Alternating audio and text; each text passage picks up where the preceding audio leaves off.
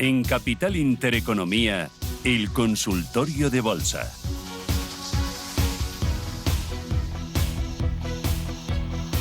Nueve y 29 y vamos allá con el espacio de consultas 609 22 47 16 con Roberto Moro de Apta Negocios. Roberto, ¿qué tal? Buenos días.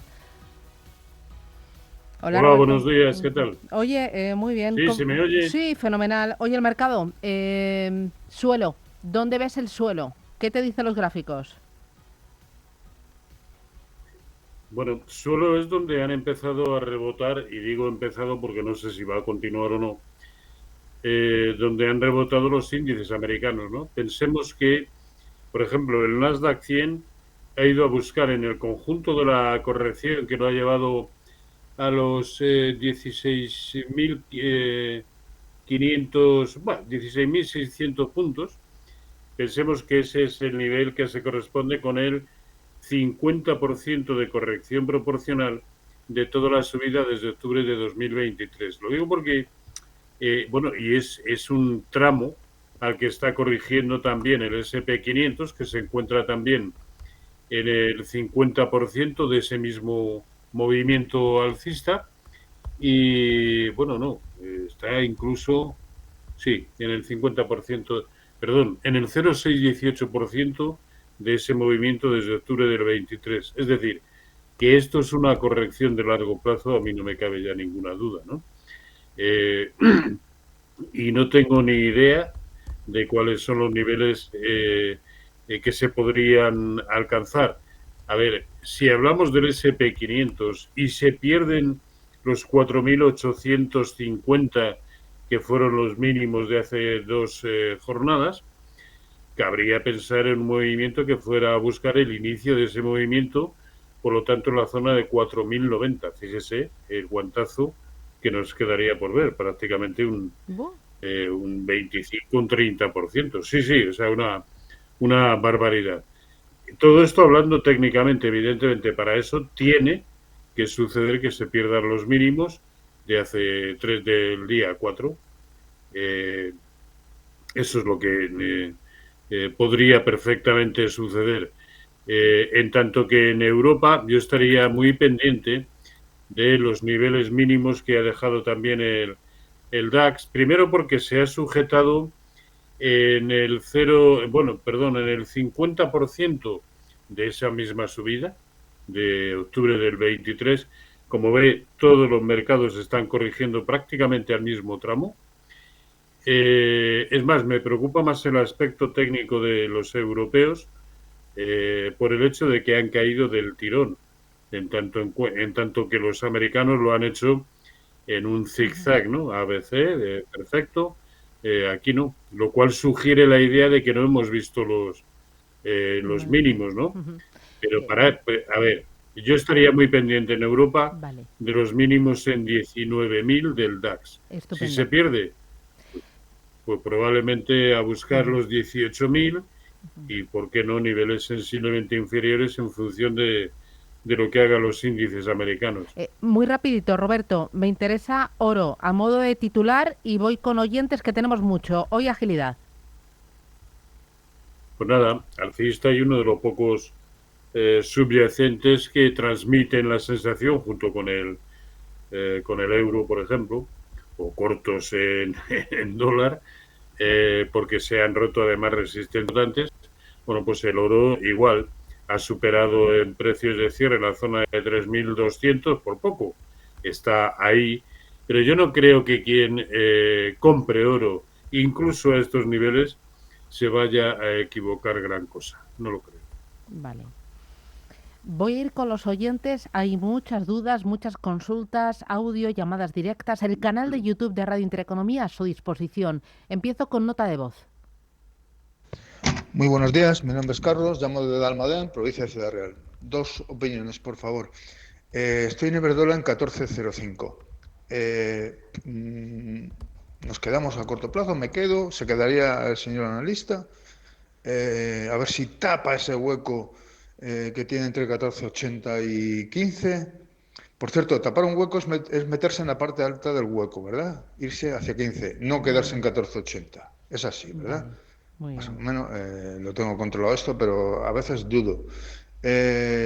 Y si se puede entrar para un metesaca de días de reverso corto en Nike. Vale, Nike. Gracias. Gracias. Oye, primero, ¿qué está para el hueco?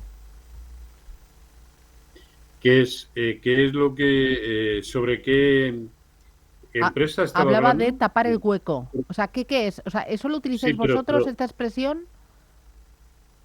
sí, sí, sí. Lo que pasa es que tiene dos matices.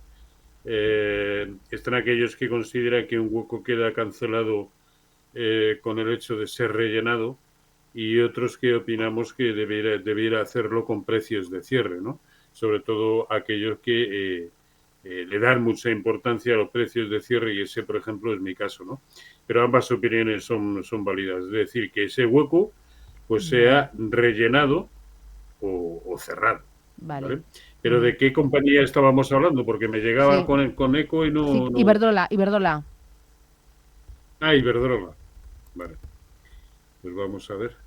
Hombre, hace ya muchas jornadas que Iberdrola, al igual que el resto de las eléctricas en España, ha perdido esa condición de activo refugio, ¿no? E incluso cuando el mercado sube lo hace más o menos en la misma proporción que el propio índice, sin destacarse como tal en su actividad de activo refugio, ¿no? ¿Que podría ir a buscarlo? Pues sí, sí, pero al igual que sucede con los índices europeos, por cierto, aquí la señal de retirada fue muy clara el día, claro, después de visto todos somos listos, ¿no? Pero el día 4 de abril, pues la caída, una de las caídas importantes del mercado, ¿por qué? Porque nos dejó ahí un patrón de giro en forma de envolvente bajista, además de libro, ¿no? Muy académica, muy ortodoxa. Por lo tanto, y lo que digo, ha caído solo en una vez, ahora está recuperando. Vamos a ver aquellos niveles por encima de los cuales cabría pensar que ya no hay demasiado riesgo. Ese nivel sería el de 15.25, que es el 0,618 de esta caída, ¿no? A mí me transmite más la idea de que estamos en una onda B, que podría ir a buscar, sí, tapar el hueco en el entorno de 15 para volver a caer. De no ser así, tampoco me parece que llegue a tener un recorrido potencial extraordinario, no al menos lo suficiente como para justificar entradas en el momento actual, ¿no? Vale. Y el otro? Era Sí. Nike, Nike, Ah, Nike. sí. Para comprar, yo creo que ha dicho para comprar, ¿no? Para entrar y salir. Aprovechar el Sí. desplome para entrar. Hombre, yo no lo veo. No lo veo porque es un pobre argumento y que además casi siempre sale mal aquel de que es que como ha caído tanto, pues tiene que rebotar. No necesariamente, ¿no? Es más, de toda la subida que tuvo anteayer, pues ayer precisamente matizó bastante porque cayó un 8,3%, ¿no? Lo que nos está dejando claro es un nivel de soporte muy aparente, puesto que en el cortísimo plazo lo ha tocado en 4 ocasiones y desde ahí ha rebotado en la zona de 53,40. Pero de la misma manera que, a mi entender, hasta que no supere los 59,50, no podremos hablar de que quiere empezar a rellenar el tremendo hueco bajista que nos dejó en la jornada del 3 de abril, ¿no? Así que yo procuraría reprimir, perdón, las ganas de comprar en el momento actual porque no ha generado las sensaciones o las señales claras de giro como para pensar en comprar. Vale. Voy con otra nota de voz. Adelante. Buenos días, enhorabuena por el programa. El mensaje de San Millán de Valencia para analista. Tengo una cartera invertida en Estados Unidos en euros, pero bueno, trabajo activos americanos y son dólares. La pregunta sobre el par euro-dólar. Realmente nos está destrozando las carteras desde la última 15 días más o menos. ¿Cree el analista que es momento de intentar cubrir una cartera con el CFD en el paro de dólar. Venga, muchas gracias. Estupendo, gracias. Euro-dólar, ¿cómo lo ves? Pues ¿Cubrimos carteras? me va a tener que volver a hacer de traductora porque me llega con No. mucho retorno y no entiendo absolutamente nada. No, preguntaba por el par euro-dólar, ¿cómo lo ves? Y si tú cubrirías ahora mismo las carteras. Probablemente sí porque lo que acaba de hacer el euro-dólar es romper una resistencia muy importante, la que tenía en la zona de 1.1270 y ya estamos en 1.1360 en el momento actual, ¿no? Está superando también la directriz bajista de larguísimo plazo. En fin, transmite la sensación de que tengamos cada cual el concepto macroeconómico que tengamos con respecto a la evolución del par o a la evolución simplemente del dólar, lo cierto es que está sucediendo y que se están rompiendo resistencias importantes. Por lo tanto, a mí sí me parece plausible cubrir las posiciones largas que tengamos en dólares, sí. Vale.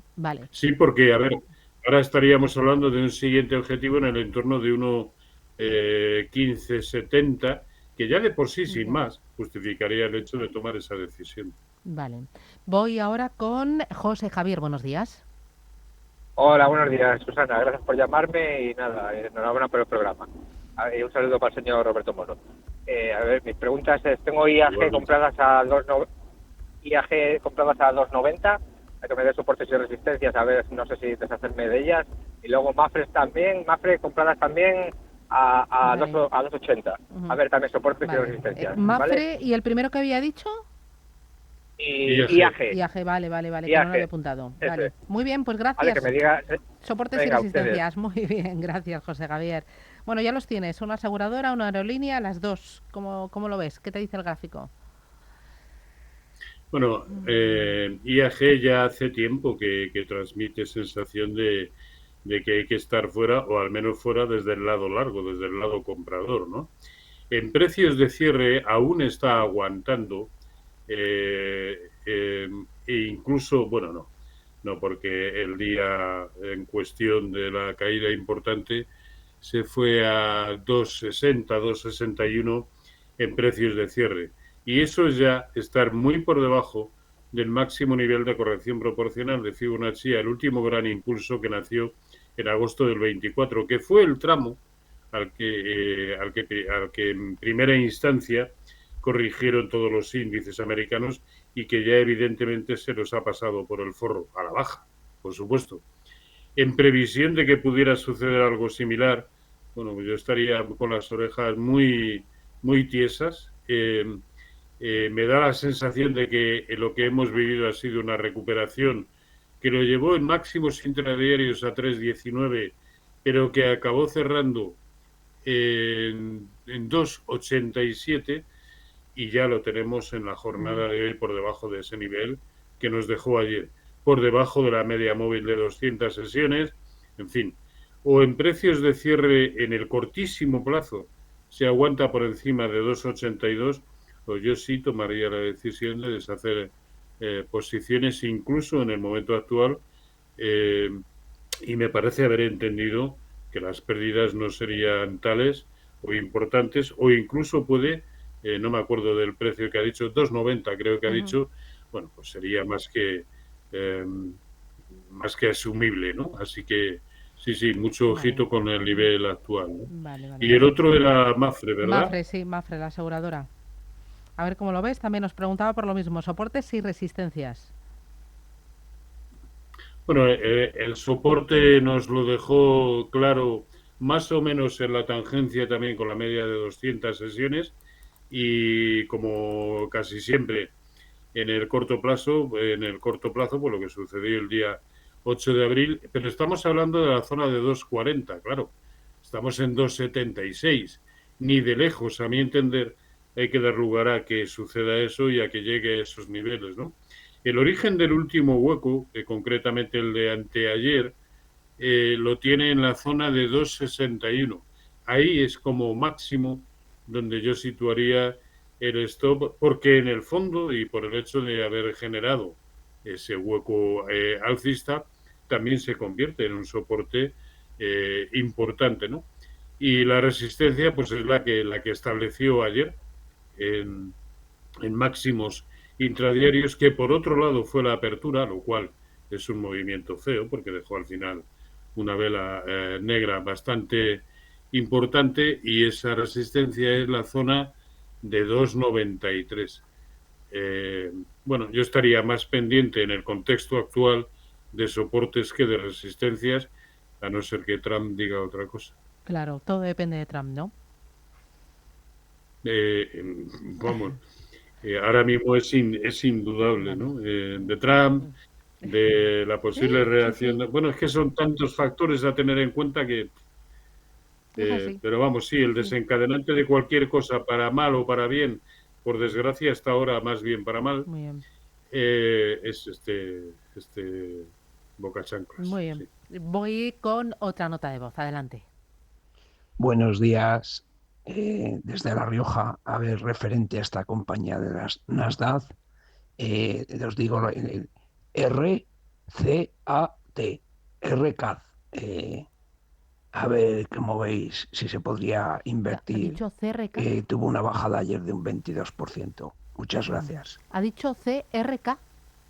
Buf, no sé si esto serás capaz, pero bueno, cuando un valor cae muy en vertical, o sea, ¿hay qué haces?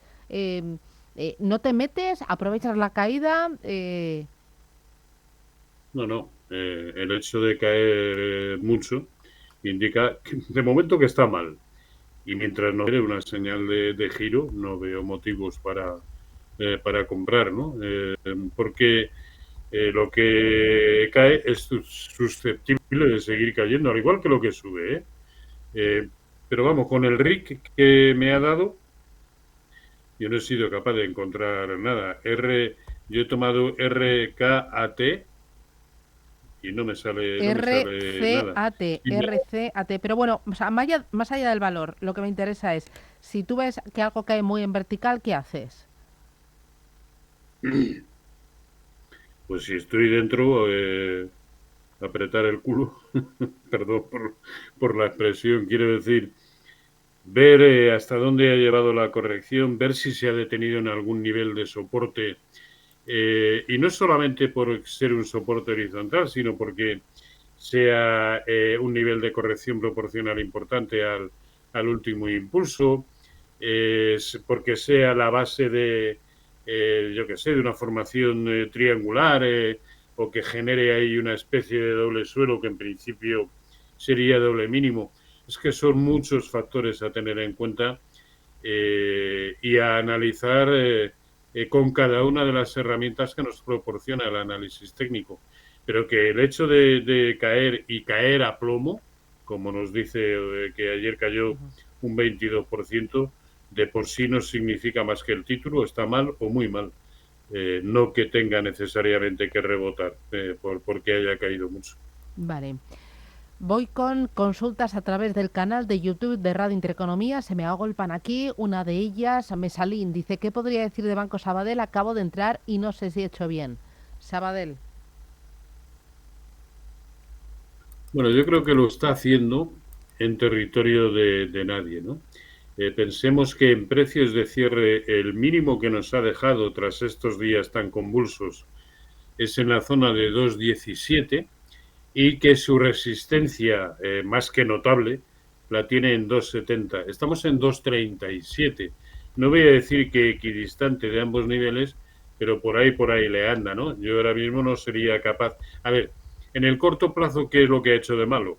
Que ayer volvió a tocar niveles próximos a la resistencia en 2,66, 2,67, que fue además la apertura, y cerró en 2,34. Este movimiento per se es muy feo. Por lo tanto, yo estaría también, al igual que como en el conjunto del mercado, estaría más pendiente de soportes que de resistencias. Todo lo que es la franja entre 2,26 y 2,21 eso es un soporte, porque además es soporte horizontal y el origen del hueco alcista de ayer, que luego terminó sin grandes alaracas, ¿no? Así que depende mucho de la situación que tenga, de si está dentro, a qué nivel, porque también habría que montar ahí alguna estrategia y lo desconozco. Mira, otra consulta. Carlos dice, ¿qué opina el señor Moro de entrar ahora en ETFs indexados, uno al Nasdaq y otro al SP500? Pues que no tengo claro que, a ver, yo creo que como el 99% del mercado, bueno, no miento, porque las manos fuertes tienen ideas mucho más claras, ideas no tienen posibles que hacen que esas ideas acaben funcionando, ¿no? Pero no lo sé. A ver, desde donde están tratando de rebotar los índices americanos, es factible tomar posiciones compradoras, ¿no? Lo que pasa es que el día que llegaron a los mínimos y por lo tanto rebotaron, fue un día que subieron un 12% en el caso del Nasdaq 100, ¿no? Eso, si bien por un lado es bueno, es positivo, evidentemente, por otro genera la sensación de que algo tiene que corregir, como sucedió ayer, que cayó un 4 y pico % el Nasdaq 100. No sé si es el momento para entrar o no. Yo casi preferiría entrar cortos en el SP500 o en el Nasdaq 100 y largos al mismo tiempo, por lo tanto, una estrategia de pares, y viendo la evolución y que se sigue conservando esa divergencia favorable al mercado europeo, y entraría, ya digo, largo en el DAX o incluso, ¿por qué no?, en el IBEX, que al fin y al cabo no va a estar contaminado por problemas con las tecnológicas, y corto en el SP500 son las acciones. Si esa estrategia se nos va en contra, un 3, un 4% como una barbaridad, pues nada, a por otra cosa. Pero yo, tratar de encontrar ahora mismo un lado bueno, yo al menos no lo veo. Vale. Voy ahora con otra nota. ¿Tengo nota o no? Tengo Marcelo. Marcelo, buenos días. Buenos días. Dígame. Mire, quería hacer una consulta, por favor. Quería saber si ASMI para medio plazo, para entrar, y también ASML Holding, igual, a 6 meses. Si se podía entrar ahora. Muy bien, gracias, muy amable.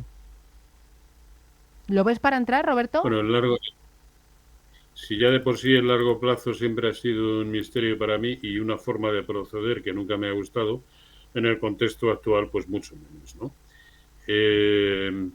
ASML Holding todavía no ha generado señal suficiente. Es más, desde que comenzó a caer en julio del año pasado, en 1100 aproximadamente, desde entonces se sigue produciendo esta secuencia tan fea de máximos decrecientes, y eso no ha variado.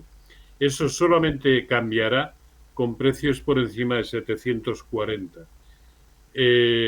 Ahí es factible plantearse entrar, ¿no? Pero en el momento actual no, y sobre todo porque sigue siendo una de las empresas que más comprometido ve su futuro como consecuencia de lo que está sucediendo o esté por suceder en el tema arancelario, ¿no? Por lo tanto, yo no me metería ahí. Y en el momento actual, incluso en el corto plazo, nos ha dejado señales o resistencia en el entorno de 695 y soporte en el entorno de 580, es decir, una volatilidad brutal, como todo el mercado. Pero es que ahora mismo, donde cerró ayer, es justo, digamos, el punto intermedio, ¿no? Está equidistante de soportes y de resistencias. Ahí, habitualmente, la pregunta es, ¿qué haces? Vale. ¿Qué se hace aquí? Que me voy. Roberto, muchísimas gracias por atendernos. Cuídate mucho. Que hablamos. Un abrazo. Ánimo, descansa. Igualmente, un abrazo.